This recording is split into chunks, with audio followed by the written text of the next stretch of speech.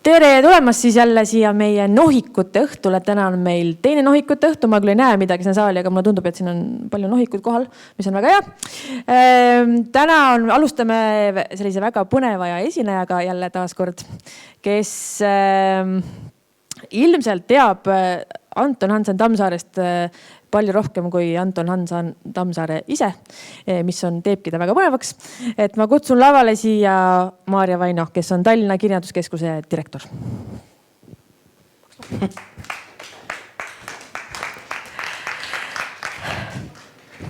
Nii, tere ka siis minu poolt. Ma ka eriti midagi ei näe, aga ma usun, et te olete seal olemas. Ja usk on muide ka Tammsaare loomingus väga oluline teema, nii et ma alustan siis kohe tammsaarelikult. Aga tegelikult ma mõtlesin alustada hoopis küsimusega, et sellest küsimuse vastusest lähtudes mingil määral vaadata ka kuhu suunas nagu edasi liikuda. Et äkki ma nii palju ikkagi näen, kui ma küsin teie käest, et kes teist on nüüd käinud vaatamas seda Tõe ja õigus uut filmi, et äkki ma näen mingeid käsi. Nii, käsi ei ole üldsegi väga palju.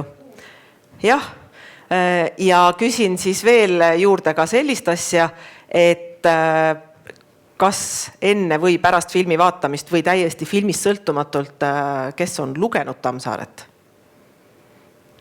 Pooled käed vajusid kohe ära, et umbes 3 siis. Siis võib-olla ongi nagu põhjust rääkida Tammsaarest suhteliselt, ütleme siis tutvustavalt. Ja see loengu pealkiri, mis sai pandud, et miks on Tammsaar alati uus, mõnes mõttes lähtubki sellest, et Tammsaarest justkui on, meile siin Eestis tundub, vähemalt mulle tundub, kuna see on ka minu töö, et Tammsaarest on räägitud tohutult palju. Et me muud ei tee, kui me kogu aeg räägime temast, et võib-olla vahetevahel peaks temast isegi vähem rääkima, sellepärast, et kui liiga palju rääkida, et siis võib-olla isegi tüütab ära. Aga siis ma kohtun jällegi inimestega, nagu ka siin, kellest ma saan aru, et nad ei ole õieti Tammsaaret ei lugenud ja tõenäoliselt ei tea ka midagi eriti spetsiifilist tema kohta. Ja siis ma saan aru, et tegelikult see on illusioon, et me temast palju räägime, et tegelikult me võiksime isegi jätkuvalt veel rohkem rääkida. Aga võib-olla ma küsin siis niipidi, et ega Tammsaare Eesti kultuuri jaoks on ju ka midagi sellist, mida võib-olla kõige moodsamalt võib nimetada ka nagu bränd, et kõik teavad teda, midagi temast teavad, aga nad ei olegi võib-olla kunagi teda lugenud. Et tõenäoliselt te Tammsaare nime ju teate, eks ole? Noogutusi näen.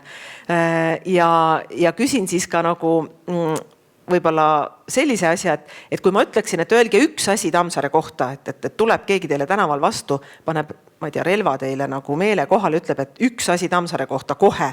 Mida te ütleksite? Hõigake vabas vormis.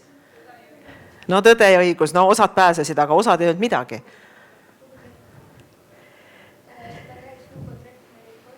Väga õige, sina pääsed kohe pikemaks ajaks. Võid kohe rahulikult kõndida tänavat pidi ära, aga osad on seal ikkagi suhteliselt, ma ütleksin, nagu õhuksel jääl. Aga võib-olla pärast tänast loengute siis midagi ikkagi oskate siis vastata sellele kirjanduskurjategijale. Võib-olla ma selles mõttes siis alustangi natukene algusest, et kui me nagu Tammsaarest räägime, siis minu arust nagu põhilised märksõnad, mis tavaliselt inimestele pähe tulevad, ongi loomulikult tõde ja õigus.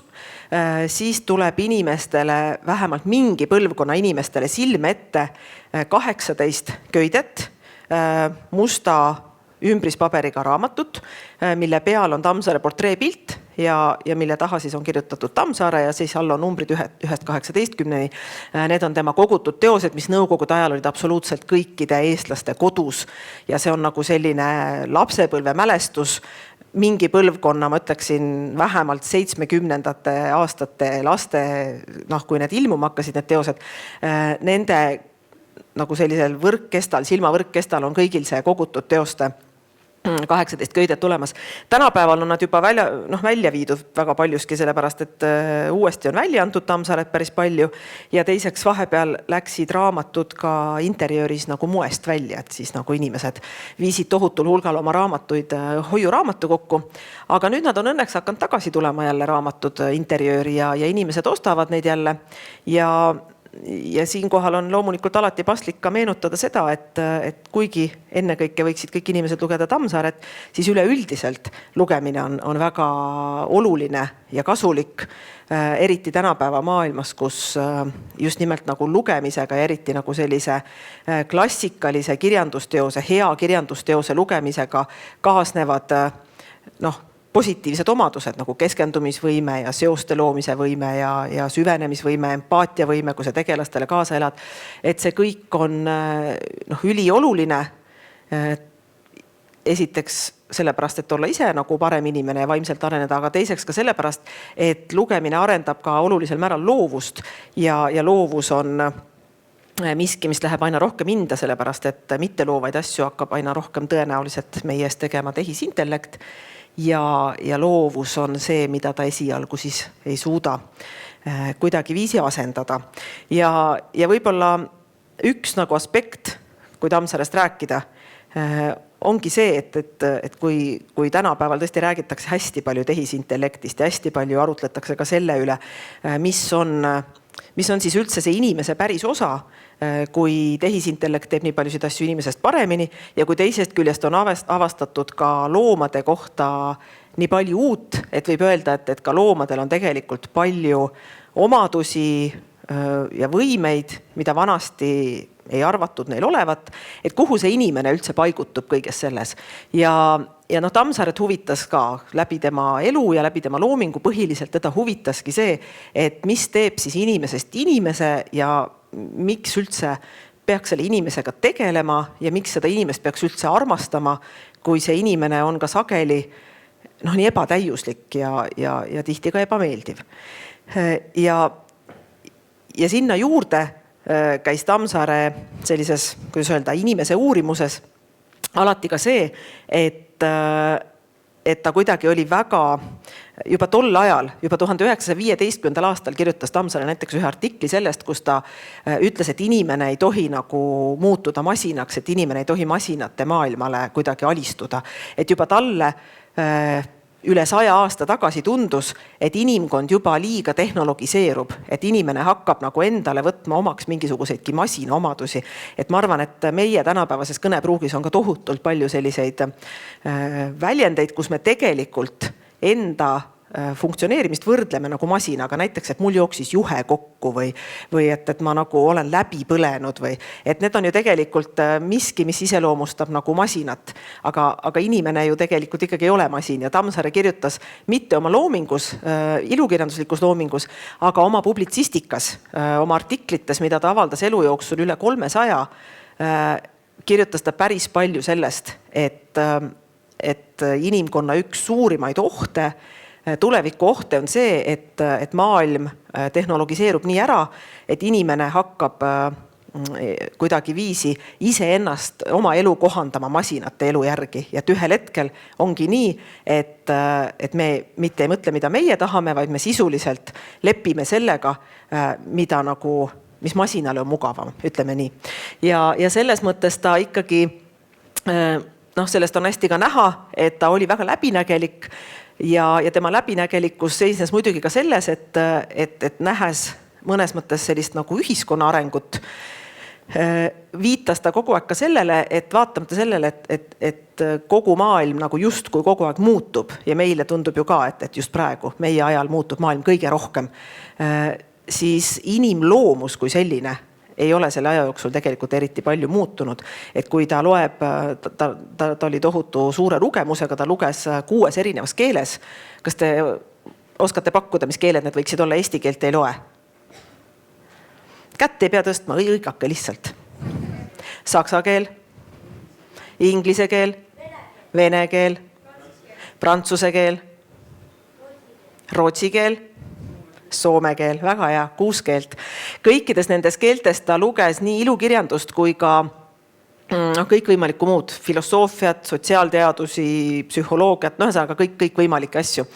Ja talle väga meeldisid näiteks ka erinevad mütoloogiad ja eriti kui ta luges nagu selliseid vanu kreeklasi, ütleme siis kõige laiemas mõttes, antiikkirjandust ja antiikfilosoofe, et siis ta oli ikkagi väga sageli nagu üllatunud sellest, et need probleemid on täpselt samad, et tema elas, eks ju, 20. sajandi alguses, 19. sajandi lõpus, 20. sajandi alguses.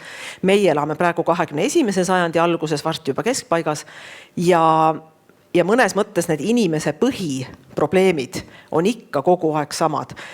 Üks nagu selline inimese võib-olla keskseid probleeme, mille Tammsaare üks tegelastest ka väga kenasti välja ütleb, see on näidendis Kuningal on külm, kus on tegelased kuningas ja narr ja kuningas küsib narri käest, et see ei ole nüüd täpne tsitaat, aga küsib umbes niimoodi, et narr, et miks need inimesed või miks need noored nagu käituvad nii, nagu nad käituvad.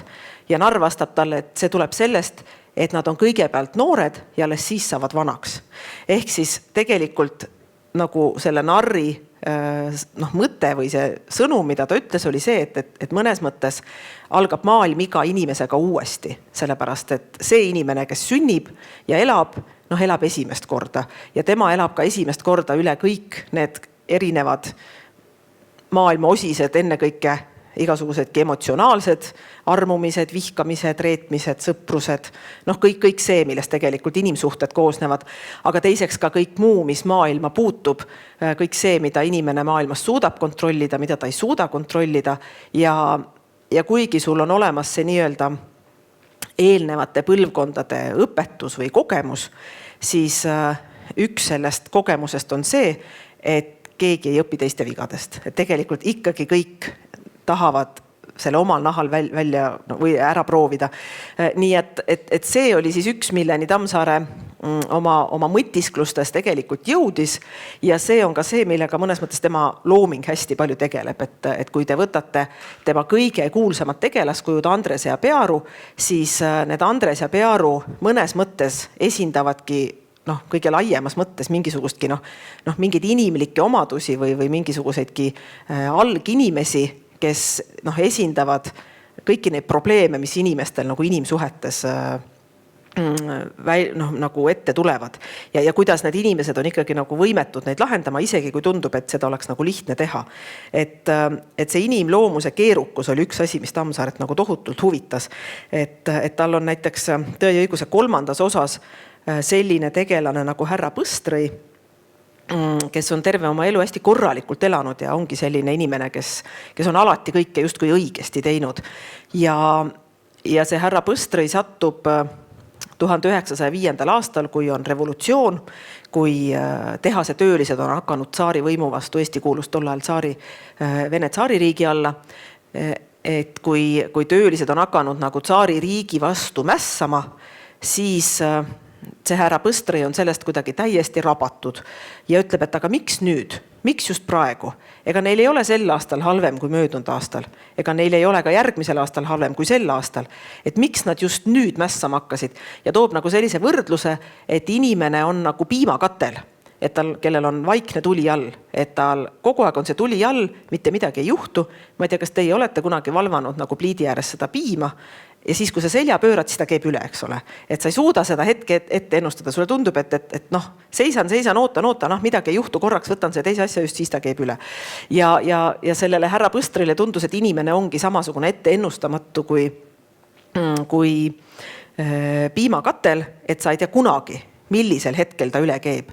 Ja vaat see inimese irratsionaalne olemus oli üks asi, mis Tammsaaret nagu tohutult köitis.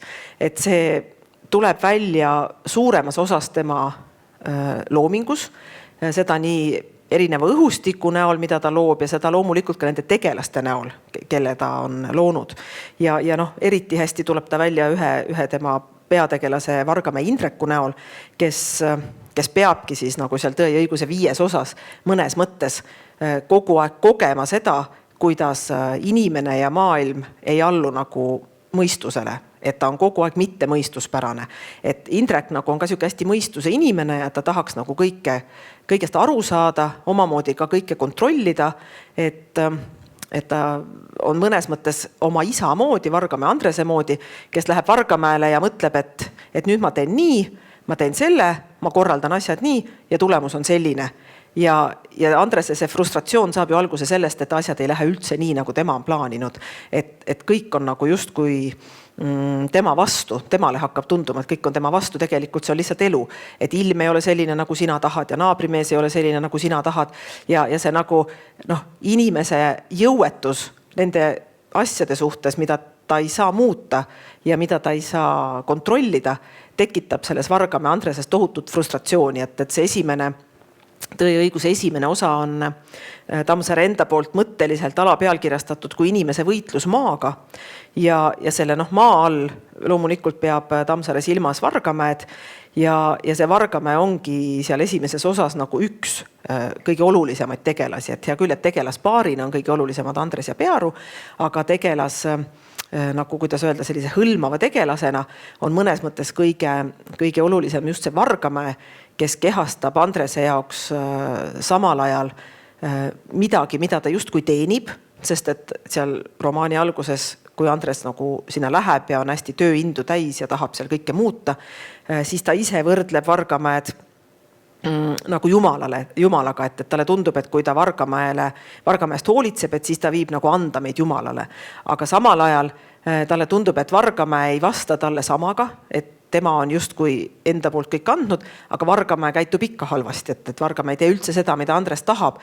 Ja seetõttu hakkab see Vargamäe ehk Jumal, ehk siis mingi Andresest suurem jõud talle mõjuma nagu millegi irratsionaalsena, kes ei olegi nagu kontrollitav ja tõeõiguse kolmandas osas tegelikult Vargamäe Andres kihutab selle Vargamäe Jumala sealt Vargamäelt välja ja ütleb, et teda ei olegi üldse kunagi olemas olnud ja et nüüd on kõik minesid minema, et selles mõttes oli Tammsaare ka võib-olla üks esimesi selliseid, ta selles mõttes oligi nagu Euroopa kirjanduse avangard, et eksistentsialism kui kirjandusvool iseenesest tuli alles 40. aastate alguses loodi või nii-öelda hakati seda kasutama, seda mõtet või kogu seda ideestikku.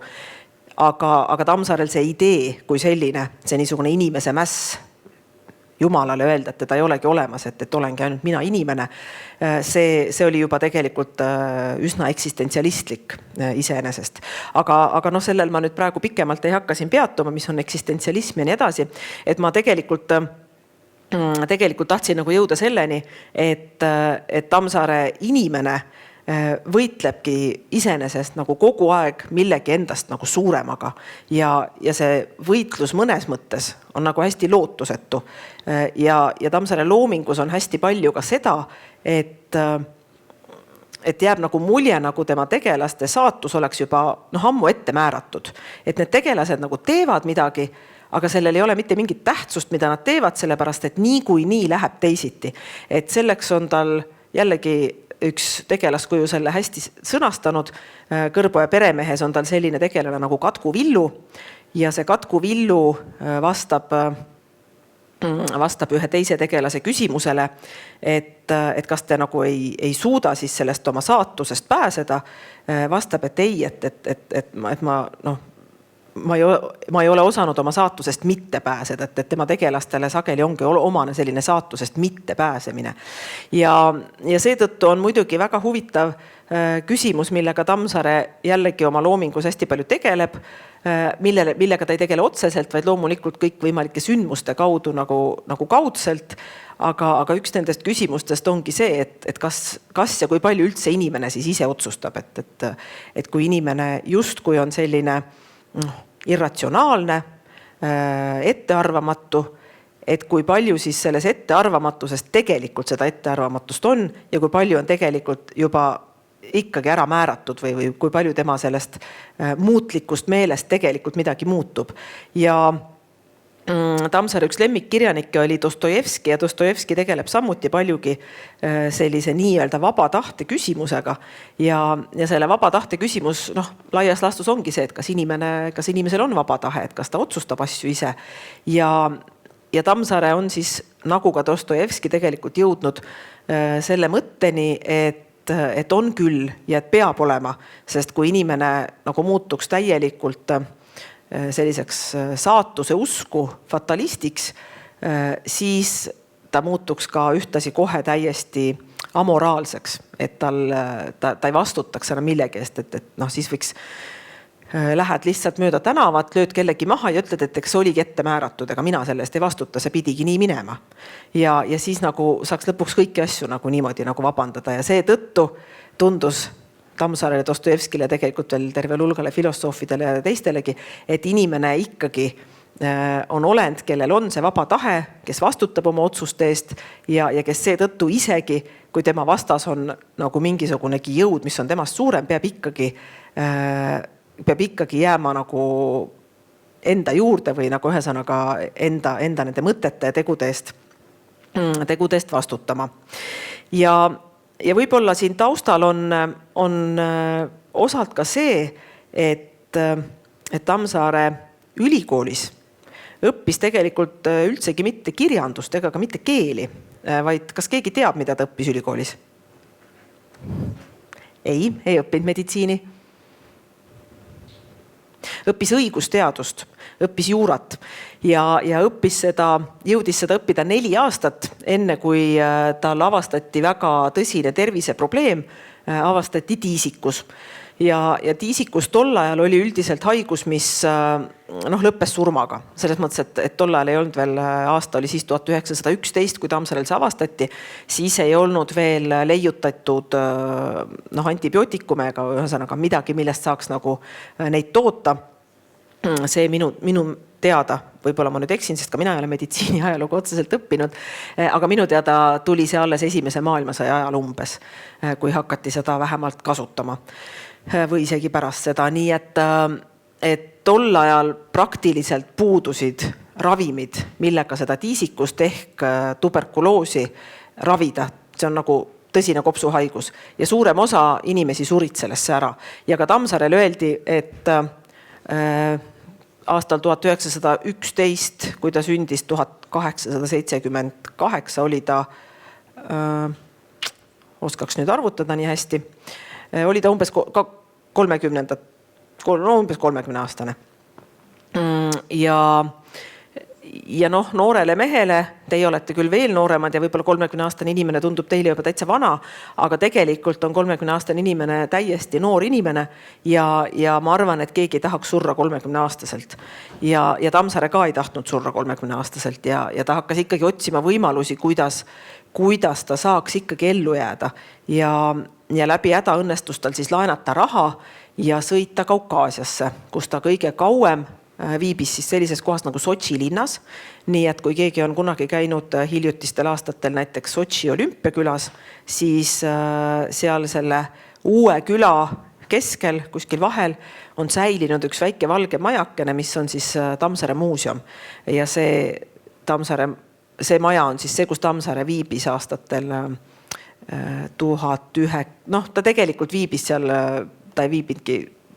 Ühesõnaga, oma reisiaastad olid tal pikemad, 1912-1913, aga Tammsaare seal Sotši majakeses viibis natukene aega vähem, umbes 4-5 kuud ja see siis on säilinud ja seal on ilusti Tammsaare tuba alles ja see kliimavahetus ja ka tolleaegne selline Sotši oli kõige moodsama meditsiiniga paik tollal, et seal õnnestus siis Tammsaarel sellest tuberkuloosist vabaneda.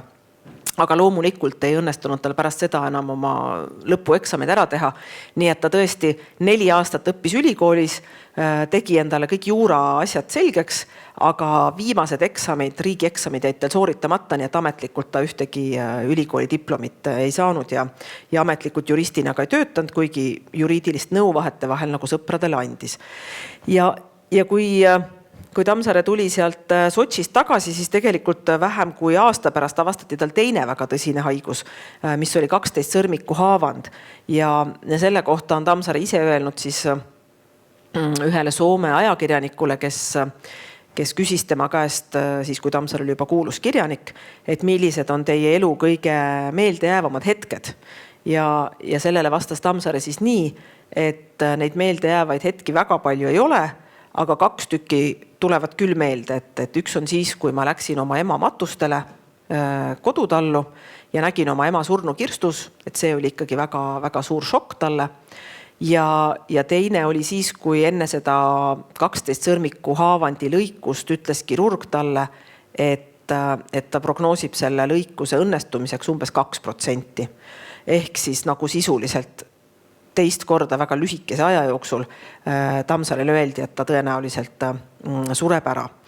Ja see on võib-olla üks põhjuseid, et Tammsaare loomingus on ka hästi palju surma. Et kui te seda Tõe ja õiguse filmi ka vaatasite, et ega tegelikult see on ka küllaltki vägivaldne. Et üldse Tammsaare loomingus on hästi palju vägivalda, kui seda selle pilguga vaadata. Aga teisest küljest on Tammsaare kõik teosed lõppevad jälle positiivselt, et Tammsaaret üldiselt peetakse raskeks kirjanikuks, leitakse, et tal on üsna palju selliseid keerulisi probleeme seal tema loomingus ja et kuidagi viisi juba see eelsuhtumine on see, et ta on hästi pessimistlik, et tal on nagu alati kõik selline lõppeb halvasti ja kõik saavad peksa ja kõigil läheb halvasti. Et tegelikult see päris nii ei ole, et kui vaadata Tammsaare teoste lõppe, siis need kõik lõppevad tegelikult uuesti sünnimotiiviga, et seal on nagu alati see uus algus olemas või alati see mingisugunegi positiivne lahendus on nagu olemas. Ja see tulebki sellest, et Tammsaare ise on ka selline hästi vastuoluline isik, et tema nagu see kuvand juba eluajal oli see, et ta on hästi endasse tõmbunud, et ta üldse ei suhtle avalikkusega. Kõige võib-olla sellisem kuulsam episood temaga seoses on siis, kui 1928 Tammsaare sai 50, 30. jaanuaril ja kuna ta oli 2 aastat varem ehk 1926 avaldanud Tõe ja õiguse esimese osa, siis korraldati ja sellest Tõe ja õiguse esimesest osast sai siis, sellest sai tegelikult alguse Tammsaare kirjaniku, see elava klassiku müüt. Et ennem seda ta oli ka üks kirjanik, keda teati.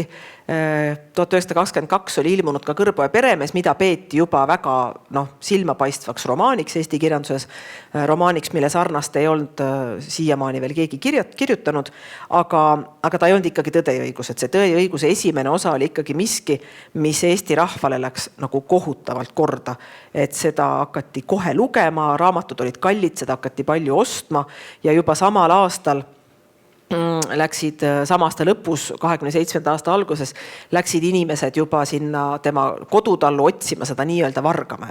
Et Tammsaare vanem vend August, kes seda talu oli pidama hakanud, ei olnud nende inimeste üle üldse rõõmus. Sest tema pidas seal nagu talu ja siis mingid suvalised inimesed tulid tal sinna hoovi ja hakkasid küsima, et kus Juss ennast üles poos ja kus see mingisugunegi pearu nagu maha lõhutud aed on ja kus see krõõt neid sigu kutsus ja siis August oli nagu nii, et millest te üldse räägite, ma ei tea mitte midagi, et jätke mind rahule. Hiljem ta muidugi sai aru, et ta peab ka romaani läbi lugema, et osata nagu vastata nendele küsimustele. Ja hiljem hakkasidki inimesed juba rääkima neid romaanilugusid tõe pähe, nii et lõpuks ei olnudki enam võimalik selgeks teha, mis üldse seal külas nagu päriselt oli juhtunud ja mis Tammsaare välja mõtles. Nii et seal tekkis nagu, ka praegu lähed inimesed Vargamäele, kuigi tegelikult on see Põhja Tammsaare talu, kus Tammsaare sündis ja mille järgi ta ka oma kirjaniku nime võttis. Et ta sündis tegelikult ju Peeter ja Ann Hanseni 4. pojana ja tema ametlik passi nimi oli Anton Hansen. Et see Tammsaare on pseudonüüm, nii-öelda kirjaniku nimi, mille ta võttis siis, kui ta hakkas ilukirjandust kirjutama. Nii, aga nüüd see kõige kuulsam episood, kus tuleb nagu see Tammsaare selline väline kuvand väga hästi ilmsiks, oli siis aastal 1928, ta oli saanud 50, ta oli jätkuvalt kohutavalt kuulus kui Tammsaare või see Tõe ja õiguse autor ja otsustati pühendada talle terve aktus, mis siis oli enam-vähem riiklikult korraldatud ja Estonia kontsertsaalis oli siis märksa kõrgem lava kui see siin praegu, tõenäoliselt ka märksa uhkem tool ja see oli siis mõeldud, et juubilar läheb, istub sinna tooli, tähtsad inimesed peavad kõnesid ja kõik tähistavad nagu suure Eesti kirjaniku juubelit. Ja tõepoolest see saal oli rahvast täis, sinna mahub umbes 800 inimest. Ja kõik need 800 inimest ootasid siis Tammsaaret, aga Tammsaare ei läinud kohale. Ja mitte ainult ei läinud kohale, vaid läks ka kodust ära, nii et kui talle järgi mindi, siis oli seal ainult väga ähmi täis proua Tammsaare, kes ütles, et tema ei tea, kus Tammsaare on. Ja Tammsaare hiljem ise ühes kirjas kellelegi on kirjutanud, et ta võttis takso ja sõitis Pirita Kosele, jalutas metsas, hiljem istus ühes suvalises kõrtsis, sõi ja läks selles õhtu pimeduses koju ja pidas peenikest naeru. Aga muidugi see naer selles mõttes ei kestnud kaua, et kui ta sinna saali ei tahtnud minna sellepärast, et ta nagu tõeliselt pelgas avalikku tähelepanu, siis järgmisel päeval olid kõik lehed tema pilte täis ja juttu ka sellest, et kirjanik ei ilmunud aktusele. Nii et tähelepanu sai ta ikkagi, et sellest ta ei pääsenud, aga ta pääses siis sellest vahetust otse kontaktist inimestega. Ja see jätkus selles mõttes, et kui 1936 Tammsaarele avati monument tema sünnivallas seal samas Põhja-Tammsaare talu lähistel Albu vallamaja ees, siis ka selle monumendi avamisele Tammsaare ei läinud ise kohale. Et see monument ise juba oli väga suur pretsedent, sellepärast, et üldiselt monumente püstitatakse postuumselt nendele, kes on juba lahkunud nii-öelda austuse märgiks. Ja Tammsaare oli esimene eestlane, aga võib-olla ka laiemalt esimene, ma ei tea, eurooplane või keegi põhjamaalane, kellele siis elusale inimesele püstitati ausammas. Ja väidetavalt seda muidugi tehti sellepärast, et Konstantin Päts tahtis endale ausammast avada, aga ta ei saanud nagu endale esimesena teha, et see tehti Tammsaarele ennem. Ja 38 tõesti avati minu teada ka Konstantin Pätsile kui elavale inimesele ausammas tema kodukanti. Aga igal juhul sinna avamisele Tammsaare samamoodi kohale ei läinud, saatis ainult telegrammi, et ta tervitab kõiki, aga siiski ta käis poseerimas sellele skulptorile, nii et jällegi ta natukene nagu andis ka midagi. Aga milles see nagu võib-olla see paradoks seisneb on see, et Tammsaare oma sõprade ringis oli väga-väga seltskondlik, et see väline kuvand oli see, et ta oli siukene tolle aja kohta keskmist kasvu, aga meie aja mõistes nagu pigem lühemat kasvu. Ta kandis alati halli või sellist nagu tähelepandamatut riietust, sonimütsi, kui ta väljas oli ja katsus nagu tõesti võimalikult vähe endale nagu tähelepanu tõmmata. Aga kui ta viibis oma sõprade seltskonnas, siis oli kõik täiesti vastupidi. Et siis oli teada, et nii kui Tammsaare tuleb seltskonda, on ta kohe tähelepanu keskpunktis. Tema abikaasa Geete õde ütles, et Tammsaare vaim on seltskonnas nagu šampanjakork, et ta lendab hästi kõrgele. Ja et eriti kõrgele lendas see kork siis, kui ta oli naiste seltskonnas, et see meeldis talle kohe eriliselt hakata seal siis särama. Ja talle meeldis ka inimesi väga provotseerida, et ta hakkas igasugustki mõnes mõttes ka lora suust välja ajama, et vaadata, et kuidas inimesed reageerivad, et mingil määral oli tal kindlasti seda vaja nähagi selleks, et kuidas inimesed reageerivad, et ta oli kirjanik, tal oli vaja inimeste reaktsioone.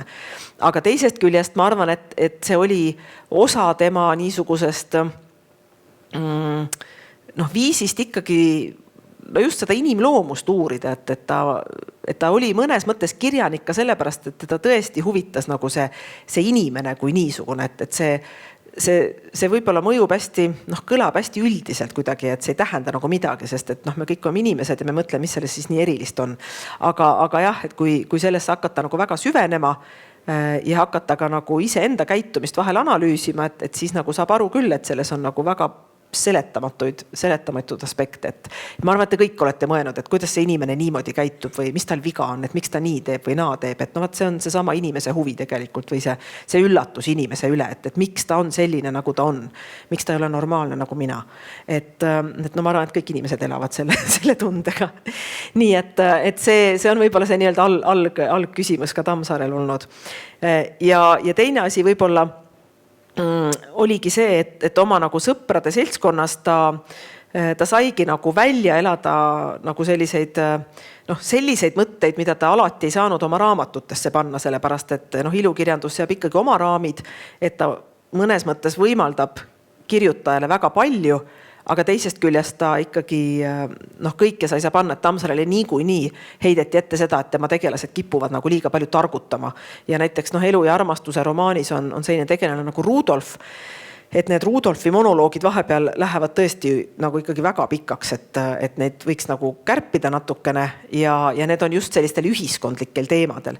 Ja ma arvan, et selles Rudolfi tegelaskuus ongi hästi palju Tammsaaret ennast, et talle ka pakkus väga huvi, mis toimub ühiskonnas. Need samad artiklid, mida ta lehtedes avaldas, tegelesid ju sellega, mis parasjagu toimus Eesti ja maailma poliitikates ja üldse ühiskonnas, mis näitas ka, et oli sellega väga hästi kursis ja tal üldiselt oli ka nende asjade suhtes või kohta oma arvamus ja selles oma lähemas seltskonnas, selles sõprade seltskonnas, kellest valdav osa olid ka juristid või tema sõbrad ülikoolipäevilt, et tal nagu kirjanikest sõpru väga palju ei olnud.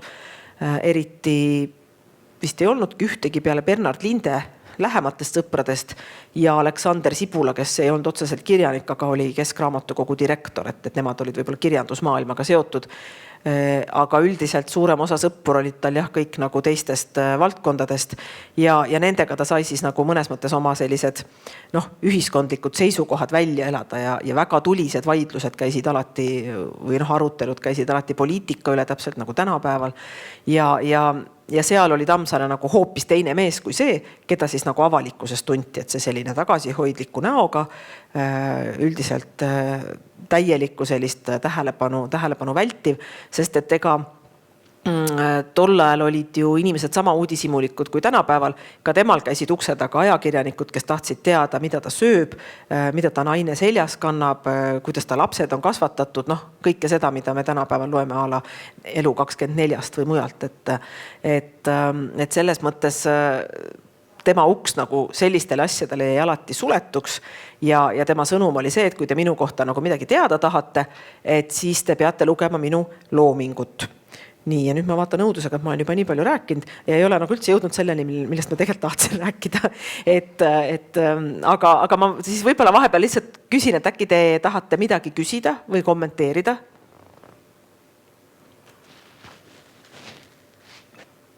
Ei taha. Hea küll, siis ma jälgin kella ja katsun siis ikkagi jõuda mõni kalgi määral selleni ka, mida ma lihtsalt mõtlesin, et ma mingil määral võib-olla räägiks sellest nagu filmi ja raamatu võrdlusest, aga mõnes mõttes sellel ei ole mõtet, sellepärast, et kui te ei ole filmi näinud ja raamatut lugenud, siis need erinevused võib-olla ei tundu teile nii eriti olulised.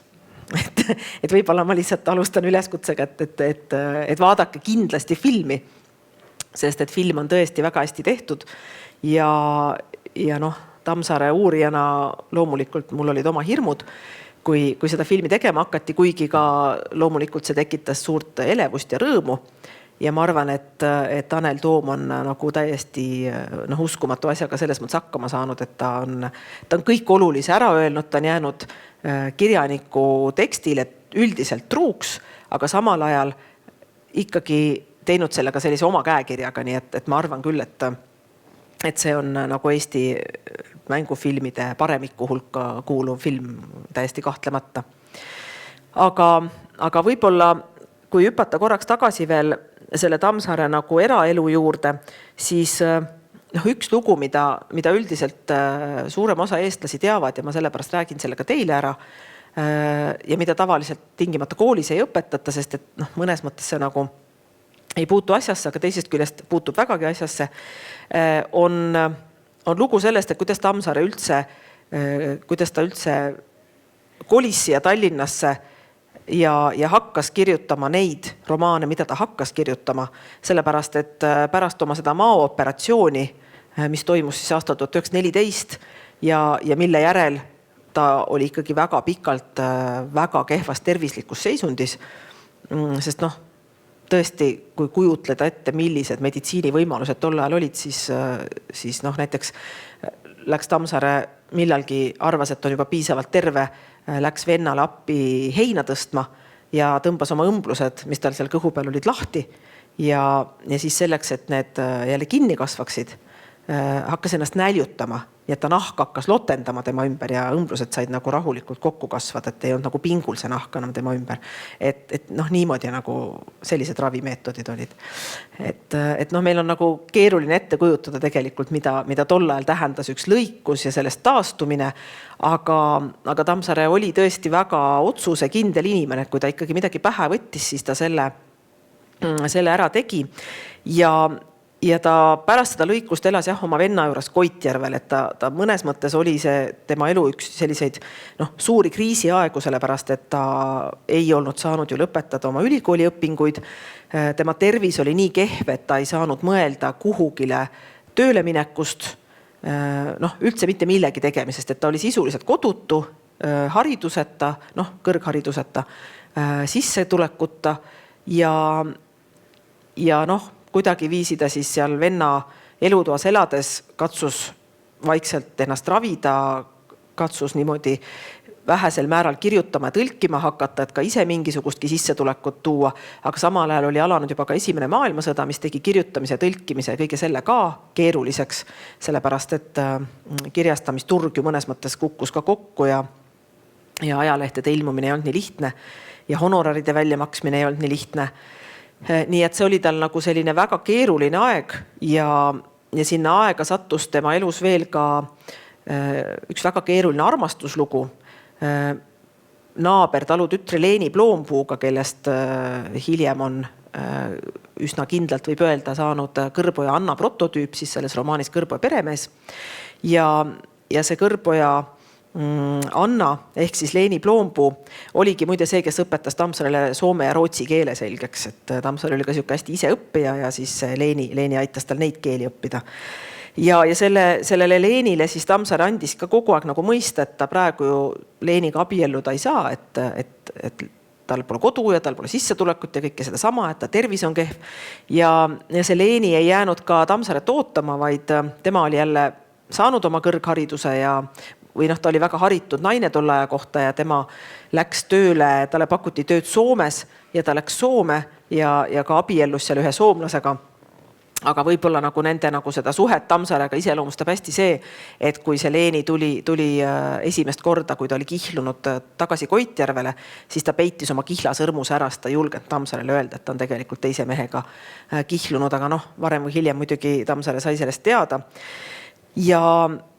Ja võib-olla see on ka üks põhjuseid, miks see Kõrboja peremehes peategelane Katku Villu lõpetab oma elu enesetapuga, sest et see Katku Villu paljuski on ka Tammsaare ise ja Tammsaare oma loomingus sageli nagu oma elus luhtunud unistused vormistas nagu enesetapuga oma loomingus, et see Katku Villu siis iseloomustab seda, mis tal nagu ei õnnestunud selle Leeni Ploompuuga, vähemalt võib seda nii tõlgendada osaliselt. Ja kui nii palju lihtsalt veel märkuseks, et need Leeni Ploompuu lapselapsed on meil muuseumis, Tammsaare muuseumis ka käinud ja nemad on igal juhul öelnud ka, et Tammsaare oli siiski olnud nende vanaema eluarmastus, et see oli ka talle olnud väga traagiline. Aga see selleks, igal juhul see asi nagu see Koitjärve periood tegelikult lõppes sellega, et Tammsaare oli tutvunud oma artiklite kirjutamise käigus, kui ta viis neid ise füüsiliselt kohale Tallinnas ajalehe toimetustesse, sellise neiuga nagu Geete Veltman. Ja see Geete Veltman oli niisugune väga eriline naine ja kuidagi see suhe Tammsaarega arenes neil niimoodi, et ühel ilusal päeval Tammsaare kutsus selle Geete Koitjärvele külla endale. Ja kui Geete siis sinna Koitjärve õieti Aegviidu rongijaama kohale jõudis ja rongist maha astus, siis ta ulatas Tammsaarele ajalehe ja selle ajalehe esikaanel või esilehel kohe selle päise all oli kuulutus, et Anton Hansen ja Geete Hansen on abiellu astunud. Ja Tammsaare luges siis lehest, et on Geetega abiellunud ja Geete mälestuste kohaselt oli olnud ikkagi väga vihane, täiesti maruvihane. Oli küsinud, et kas ta on hulluks läinud ja Geete oli olnud 3 päeva umbes seal Koitjärve külas, Tammsaare ei olevat temaga sõnagi rääkinud selle aja jooksul. Ja Geete sõitis siis Tallinnasse tagasi, teadmata, mis neist siis üldse saab. ja ilmselt siis aasta oli selleks ajaks 1919, et ilmselt siis Tammsaare muidugi ka mõtles oma elu üle järele, et mõtles, et Eesti Vabariik on asutatud. Tema ei ole sugugi veel vana mees, ta on 41. Et kaua ta siis ikkagi seal venna elutoas elab niimoodi, et võib-olla võiks veel oma eluga midagi ette võtta, et selleks aastaks 1919. aastaks ei olnud Tammsaare kirjutanud veel ühtegi oma suurt romaani. Ta oli kirjutanud miniatuure ja ta oli kirjutanud mõned jutustused või novellid, aga mitte ühtegi romaani. Nii et tegelikult, kui ta näiteks seal samal 1914. aastal oleks seal operatsioonilaual surnud, siis ei oleks ei Kõrboja peremeest ega Tõde õigust ega Põrgupõhja uut vanapaganat ega ühtegi nendest praegu Eesti kirjanduses nagu ikkagi kõige olulisematest teostest. Ja ilmselt ta siis ikkagi jõudiski järeldusele, et midagi pole teha, et oleks ikkagi mõistlik Keetega ära abielluda. Ja aastal 1920, 13. märtsil nad siis ka reaalselt abiellusid ja Tammsaare oli siis 42 ja Keete oli 24. Nii et neil oli 18 aastat vanusevahet ja nad olid tegelikult oma loomu poolest hästi erinevad inimesed. Nii et see abielu ei kujunenud kahjuks üldse õnnelikuks, aga kirjaniku puhul võib öelda, et teistpidi oli see tema õnn, sellepärast, et ta kuidagi viisi see mõjus Tammsaarele väga loovalt. Et esiteks kogu perekonna loomine mõjus talle loovalt, et kogu see Koitjärvel elatud ja loetud ja mõeldud aeg äkitselt vormistus siis nende romaanidena, et 21. aastal avaldas Tammsaare oma näidendi Judit, millest sai siis tema loomingu sellise nii-öelda kõrgperioodi algus, et pärast seda hakkasid ilmuma kõik need tippteosed, mis ta kirjutas. Ja Keetel on selles kindlasti oma roll, sest nii Kõrboja peremehes kui ka Juditis tegelikult võib näha ka seda nagu Keete mõju nendes naistegelastes ja eriti muidugi on Keete mõju naistegelastes näha Tõe ja õiguse 4. osas siis Kaarini tegelaskujus. Ja Keete süüdistaski tihtipeale Tammsaaret selles, et kui ta tahtis teada, et kuidas mõni naisterahvas käitub, siis ta nagu lõi mingi olukorra ja vaatas, mis Keete teeb ja siis nagu kasutas selle pärast oma loomingus ära. Nii et ühesõnaga Keete oli Tammsaarele kindlasti muusa, aga lihtsalt teistsugune muusa kui see, mida tavaliselt ette kujutatakse.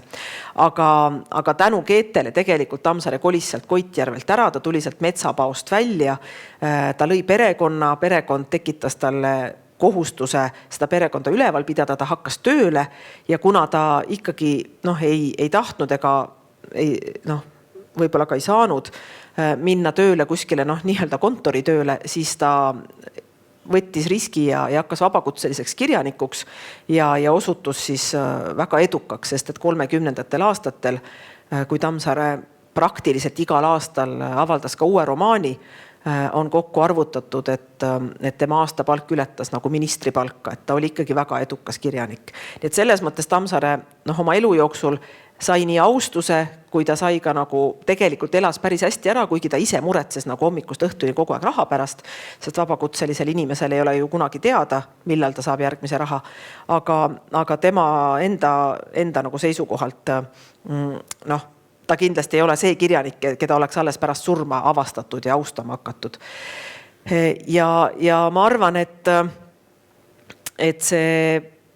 see ongi nagu võib-olla see Keete nagu kõige suurem panus Eesti kultuurilukku, et ta Tammsaare sealt metsast välja tõi, sest võib-olla ta ikkagi ise oleks sinna jäänudki ja siis ta ei oleks kindlasti kirjutanud neid teose, mida ta kirjutas ja ta ei oleks neid kirjutanud niimoodi, nagu ta neid kirjutas, et selles mõttes tõenäoliselt kõik, mis ta ka ennem juhtus ja ka tänu Keetele, et siis see kõik vormis ta niisuguseks, nagu ta oli ja seetõttu ma arvan, et tema romaanides ja tegelastes on ka nagu hästi palju nagu elu sees, et mis on see Tammsaare võib-olla kõige nagu köitvam pool ongi see, et need tema tegelased on isiksused ja et nendes on nagu hästi palju elu sees, et kui ta on kirjutanud, siis ta on ise neile tohutult kaasa elanud ja ta on ise nagu väga oma tegelasi armastanud.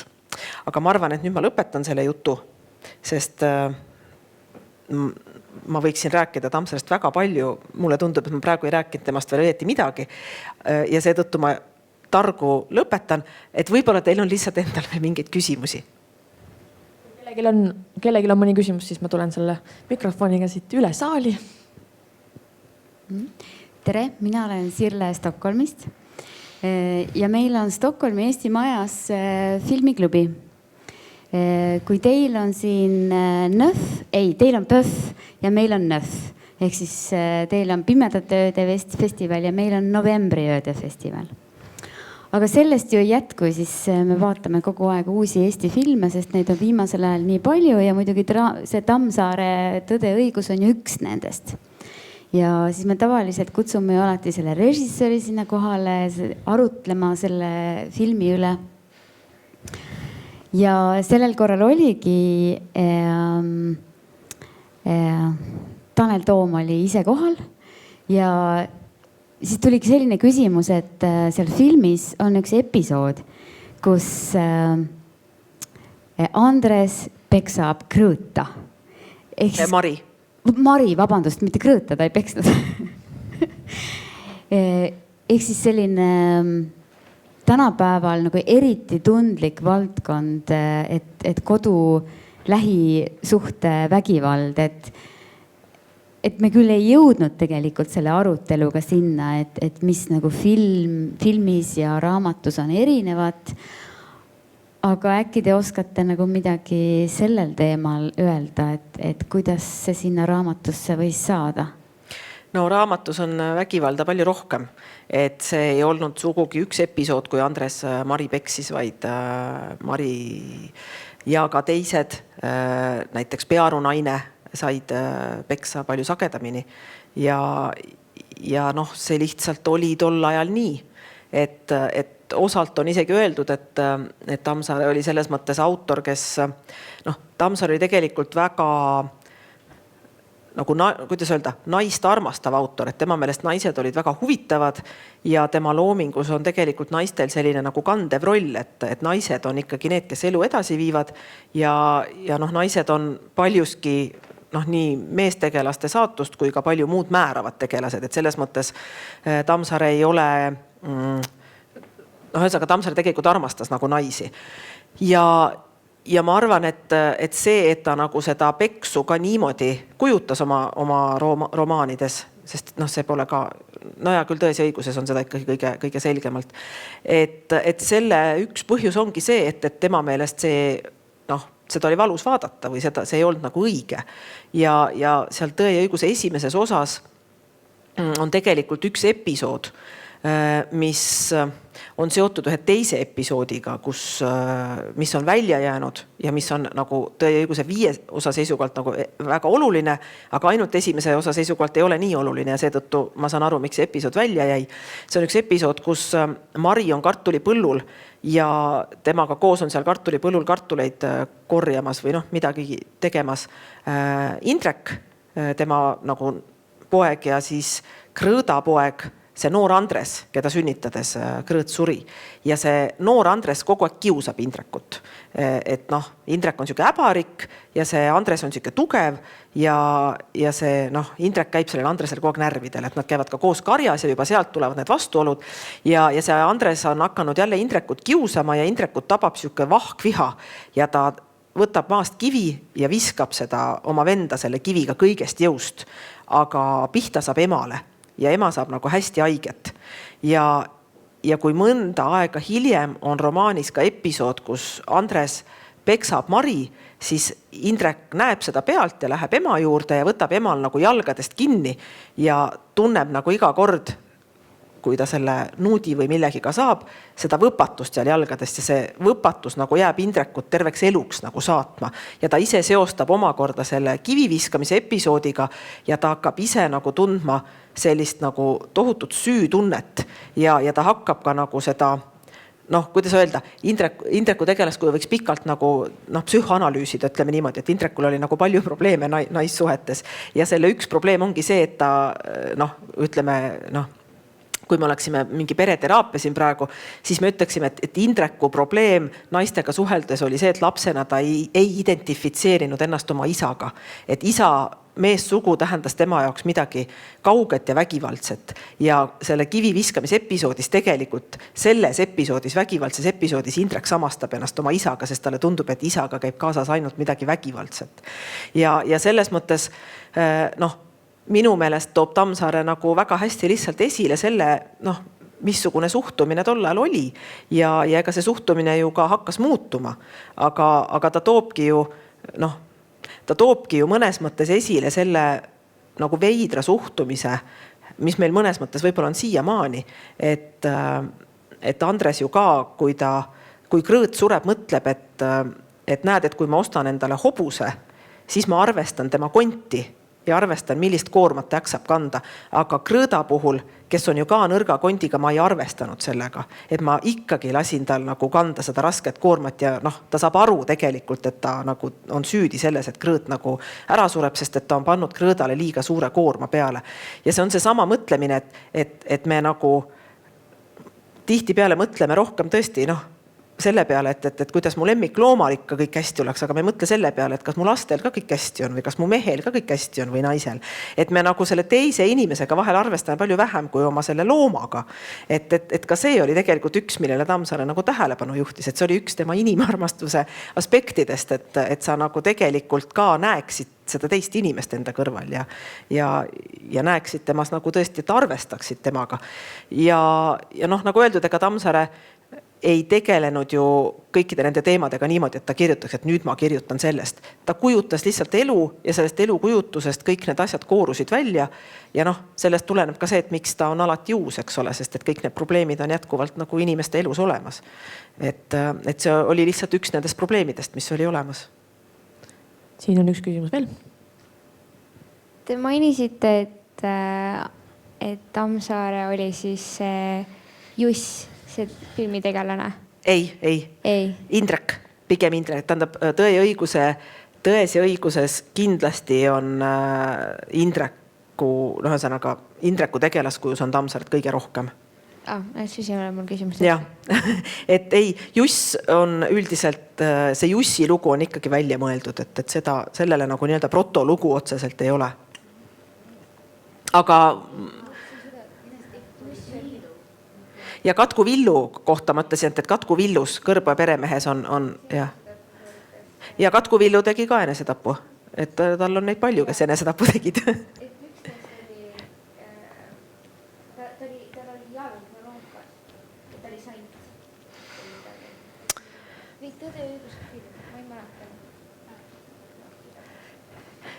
Hea küll, see jäi siis praegu natukene vastamata, et millist tegelast.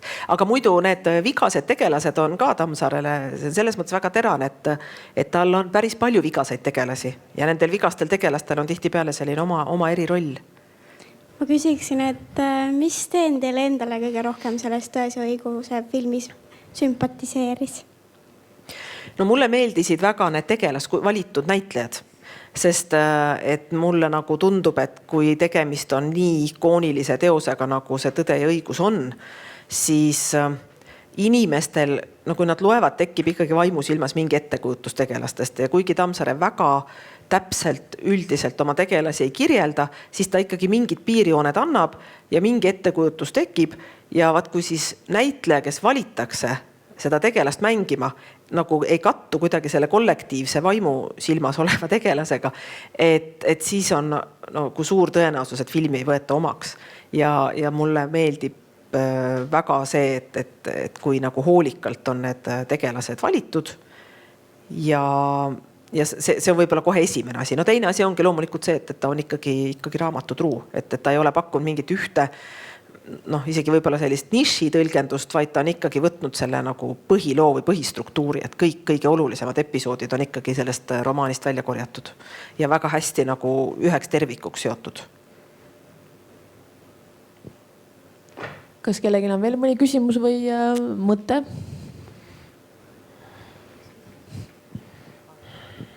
Milline on teie enda lemmik Tammsaare raamat? Ja seda on mult palju küsitud ja ma jään alati vastuse võlgu, sest ma tõesti, ma ei oska öelda.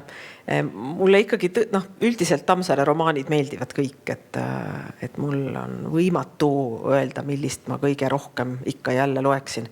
Elu ja armastust loen, hakkan alati nutma. Mulle tegelikult väga meeldib Tõe ja õiguse 5. osa, kuigi seal on palju sellist janti ka juures. et seal on igasuguste nagu laste ja teenjarahva ja seal igasugust sellist noorte suhtedraamat, mis mulle isiklikku nii huvi ei paku, aga mulle jälle mulle väga meeldib see, kuhu Vargamäe Andres on sinna 5. osaks jõudnud. Et seal on võib-olla selle tõeõiguse võib-olla kõige sellisemad filosoofilisemad tõed on seal 5. osas välja öeldud, et tavaliselt lihtsalt inimesed sinna 5. ossa ei jõua. Ja võib-olla selle filmi puhul ka tuleks ikkagi alati rõhutada seda, et see film on esimese osa Andresest. Et Andres on veel mitu osa Andres ja alles 5. osas on ta vana Andres ja siis on ta ikkagi üsna erinev sellest Andresest, kes on esimeses osas. Et selles mõttes ei maksaks ka Andrest nii kiiresti hukka mõista. Ma küsisin ka enne, kui me selle mikrofoni ära paneme. Mis sa arvad, kas on võimalik, et kusagil sahtli põhjas on veel mõni Tammsaare teos, mida sa veel lugenud ei ole? Või mitte keegi? Ma arvan, et ei ole. Aga ma arvan, et kusagil võib olla näiteks mingeid Tammsaare kirju, mida ta on saatnud kellelegi. Ta küll hävitas päris palju ise ära 39. aastal. Ta hävitas hästi palju ära oma erakirju ja kõike muud. Sest et kui teine maailmasõda algas, siis Tammsaare oli ikkagi väga murelik kogu olukorra pärast ja ta nägi ka seda, et Eestil ei ole eriti häid valikuid. Ja ta kuidagi juba ennetas seda, et mõtles, et ta vähemalt see, mis on nagu tema käsutuses, selle ta kõik hävitab, aga loomulikult neid kirju, mis ta oli teistele saatnud, ta ei saanud hävitada, nii et tänu sellele on tegelikult päris korralik osa Tammsaare kirjavahetusest ka säilinud. Ja ma arvan, et seda võib olla veel kuskil, millest me võib-olla tõesti ei tea. Alles hiljuti tulid välja 2 Tammsaare kirja oma Soome tõlkijale. Et need me saime originaalid just mõned kuud tagasi oma arhiivi. Ja selliseid väiksemaid asju, ma arvan, et võib tulla. Aga ma arvan, et terviklikku teost kindlasti mitte. Aitäh! Aitäh kuulamast!